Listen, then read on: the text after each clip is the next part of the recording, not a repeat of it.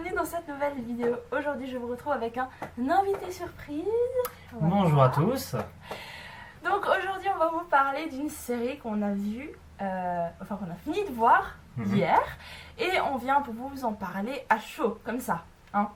Voilà, donc c'est une série qui vient de sortir sur Netflix il y a quelques jours. Donc vous avez probablement entendu parler déjà de ça. Il s'agit de... Stranger Things. Oui, magnifique série. Alors, on vous la conseille déjà. Et puis... on va vous dire aussi pourquoi est-ce que nous on a aimé cette série. Alors on commence tout de suite par vous en parler rapidement par rapport au synopsis et tout ça. Donc on va se retrouver en 1983 dans une petite ville qui s'appelle Hawkins. Et en fait on va d'abord dans la première scène, on va découvrir 4 garçons qui sont en train de jouer à un jeu. Et en fait c'est les personnages qu'on va suivre le plus souvent dans cette histoire. Et en fait il y a un de ces 4 garçons qui va disparaître mystérieusement, et en même temps il va y avoir une jeune fille qui va apparaître. Elle est un peu bizarre, elle a le crâne rasé et elle semble s'être échappée d'un endroit pas très sympathique, mais bref, en gros ils vont se lier d'amitié entre guillemets et essayer d'enquêter sur la disparition de leur ami. Du coup cette série a été créée par 2 frères, donc Matt et Ross Duffer, qui est donc disponible maintenant sur Netflix depuis un peu plus d'1 semaine. Et dans les acteurs principaux on va retrouver une actrice que moi j'apprécie beaucoup, qui est Winona Ryder, qui a fait Beetlejuice ou encore Edouard aux mains d'argent. En tout cas moi je l'aime beaucoup. Et puis les autres, alors je connaissais pas du tout, mais bon, comme on a pas mal d'enfants au final, c'est normal qu'on les connaisse pas des masses. En gros, il y a 8 épisodes dans cette saison et je peux vous dire que ces 8 épisodes passent très très vite vu qu'on l'a presque vu, enfin la saison 1 en une journée. On a juste dû finir le lendemain, mais bon, ouais. Ma mère l'a vue en une soirée. Voilà, elle m'a trahi au passage, hein, j'étais censée la regarder avec elle, mais non.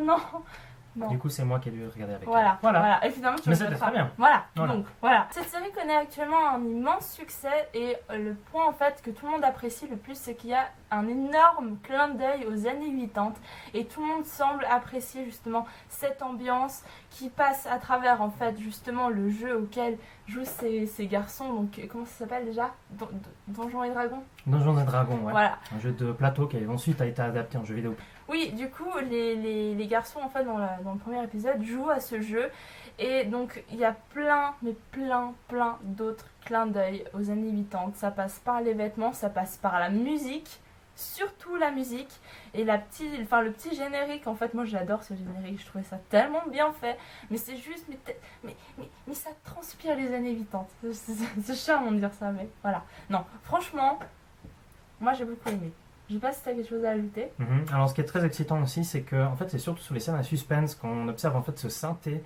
C'est vraiment un synthé qui est tellement lourd en fait, avec des notes qui sont vraiment très très graves, et au final ça donne un effet qui est juste exceptionnel en fait.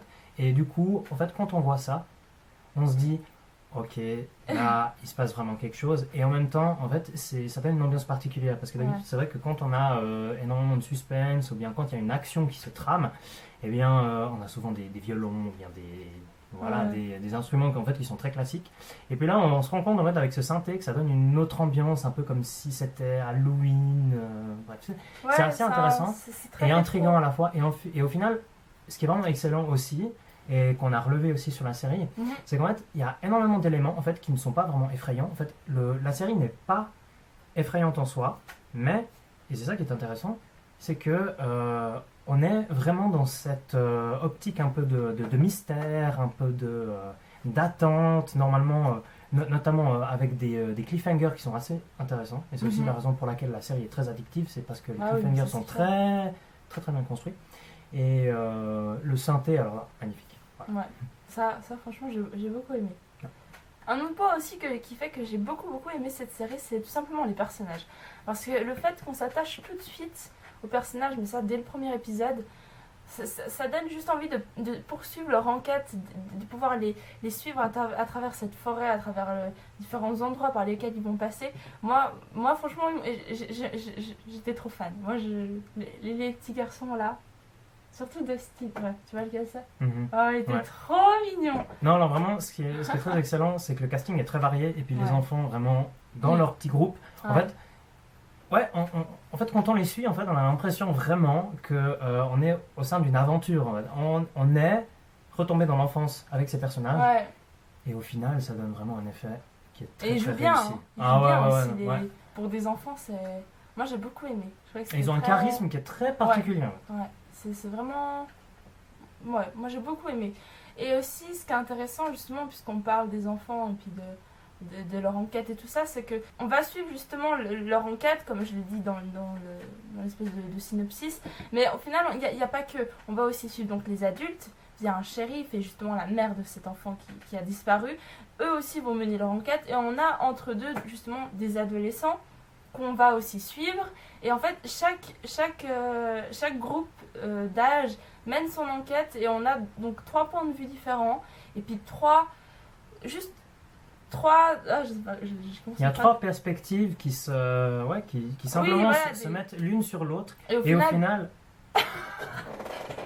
Et au final, ça donne un cocktail qui est vraiment fantastique. Les thèmes qui sont abordés sont vraiment exceptionnels. Donc si vous êtes vraiment fanatique en fait, de sciences, de physique en particulier, vous y trouverez en fait quelque chose de vraiment incroyable. Et moi personnellement, quand j'ai eu en fait toutes les intrications et tous les petits clins d'œil aussi qu'il y a aux problématiques de la physique moderne, c'est magnifique. Alors le plus gros point fort selon moi en fait de cette série, c'est que elle est tellement originale. C'est juste qu'en fait on a plein d'éléments qui pris eux tout seuls peuvent paraître banals, mais la façon dont c'est arrangé et mis en fait ensemble, enfin les liens que ça crée, franchement c'est du jamais vu. Et je pense que c'est pour ça que cette série connaît autant de succès en ce moment, parce que c'est juste un truc qu'on n'a jamais vu.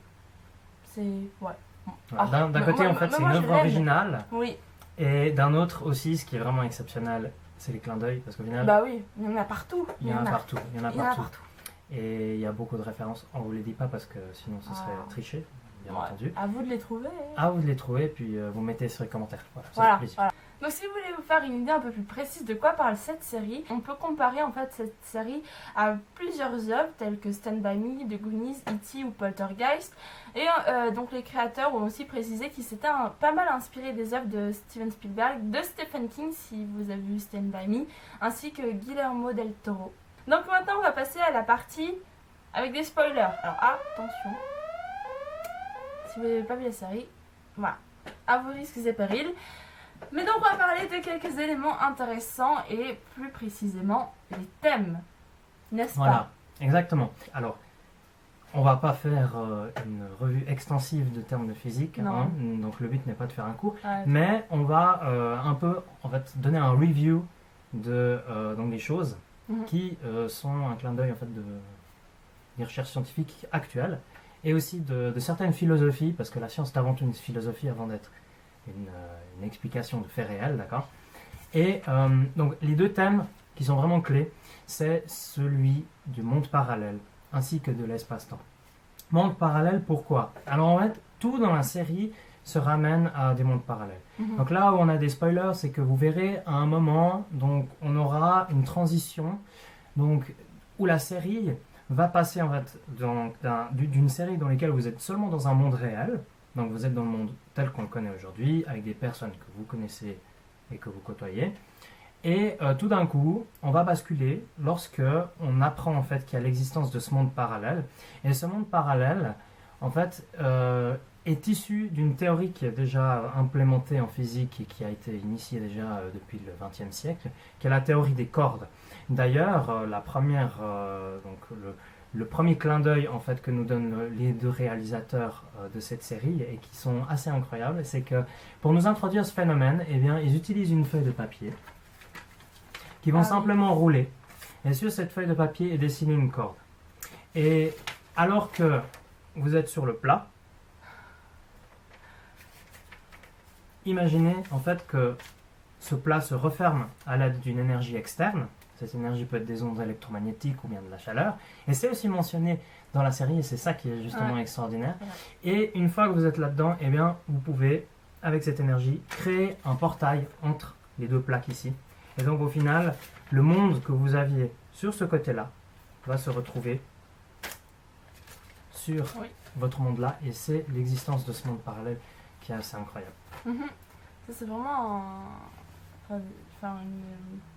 un thème très intéressant qu'on voit souvent en fait dans plusieurs films ou autres, mais la façon dont il a été exploité dans cette série, je trouve ça vraiment bien fait. Voilà. Et au final, on peut se demander une interrogation philosophique. Alors là, c'est plus un point de vue qu'autre chose, mais c'est vrai qu'on peut se poser la question de, finalement, les esprits et les poltergeists, est-ce qu'ils existent dans un de ces mondes parallèles qui est une copie conforme au nôtre? Et est-ce que finalement, ces deux mondes parallèles, bien entendu, donc il y a celui que l'on perçoit et que l'on sent, mais il y a également il y aurait un autre monde parallèle qui serait identique au nôtre avec les mêmes positions géographiques, mais est-ce que ces deux mondes, justement, n'interagissent pas avec cette énergie externe, justement, qui pourrait provenir des esprits, tout simplement, qui essaient de communiquer avec notre monde parallèle? C'est une question philosophique intéressante, et j'ai trouvé important qu'on aborde ça dans cette série. Alors c'est subliminal, bien entendu, et subjectif. Quand même, il y a quand même la scène où elle dessine donc les lettres sur le mur pour faire... pour communiquer avec son fils et en mettant des lumières et tout ça. C'est un bon clin d'œil au monde des esprits, ça. Voilà. Et donc finalement, est-ce que avec de l'énergie, on arriverait à connecter deux mondes parallèles et on arriverait à expliquer tous les phénomènes paranormaux avec ça? Un autre clin d'œil très intéressant, c'est que, donc, spoiler alert, la fille s'appelle Eleven, donc 11 en français, et dans la théorie des cordes, eh bien, la gravitation est décrite par 11 dimensions, exactement. Et au final, ce qui est très intéressant, c'est que cette fille qui s'appelle 11, eh bien, c'est autour d'elle que gravitent tous les éléments. Donc au final, on a vraiment cette impression que tout, en fait, est concentré et tout est attiré par elle. Et d'ailleurs, on apprend également que c'est à cause d'elle que tous les événements ainsi que le portail a été ouvert.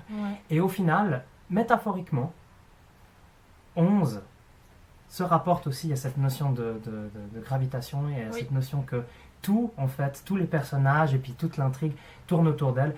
Et ça, je pense qu'au niveau métaphorique, il n'y a pas plus beau, il n'y a pas plus esthétique, parce qu'au final, on a tout qui est recentré là-dessus.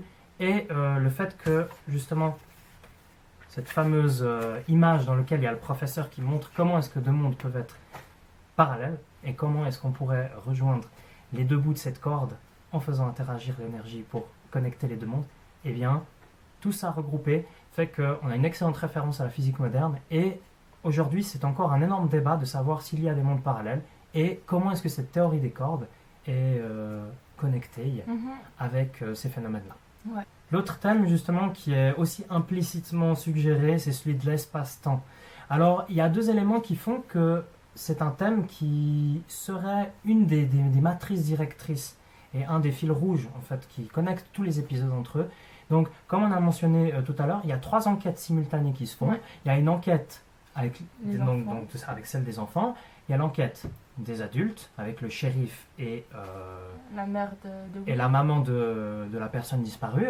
Et il y a également donc, cette recherche, cette enquête par les 2 adolescents. Et au final, on se rend compte que l'échelle de temps entre les 3 enquêtes n'est pas la même.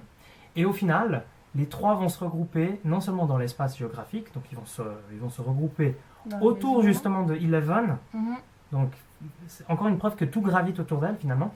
Et au niveau du temps, effectivement, le temps va se dilater ou se contracter en fonction donc des trois types de personnes. Et au final, à la fin, on aura une intrigue qui va juste être scotchée entre les 3, comme si ça a été empaqueté. Donc vous l'aurez compris, cette série est vraiment... En tout cas, pour moi, c'est un coup de cœur. Moi, je l'adore. Toi aussi. Idem. Oh, tellement bien. Non, franchement, elle a beaucoup... Enfin, tout est tellement complet et complexe à la fois aussi. Mais derrière, il y a vraiment une trame très bien travaillée. Tout est bien mis en scène. Les détails, il y a beaucoup de détails qui n'ont pas été négligés, mais pour autant, ils ne s'éternisent pas dessus. On a des personnages touchants et c'est parfait. Donc voilà, c'est tout pour cette vidéo. J'espère qu'elle vous a plu. N'hésitez pas à vous abonner à la chaîne et à commenter en dessous.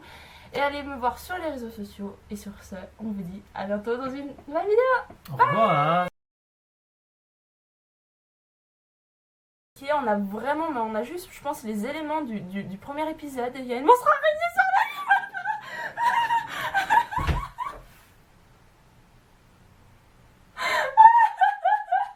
Alors, on sera obligé de couper au tournage, je suis désolé. Donc, on a une araignée qui vient de venir. C'est bon. Oh là là. Bon alors, Mais elle est gentille. C'est bon, c'est bon. Alors attends. Donne un mouchoir. Oh là là là là. Non, mais Eh tu, oui. tu écrases pas sur la caméra. Non.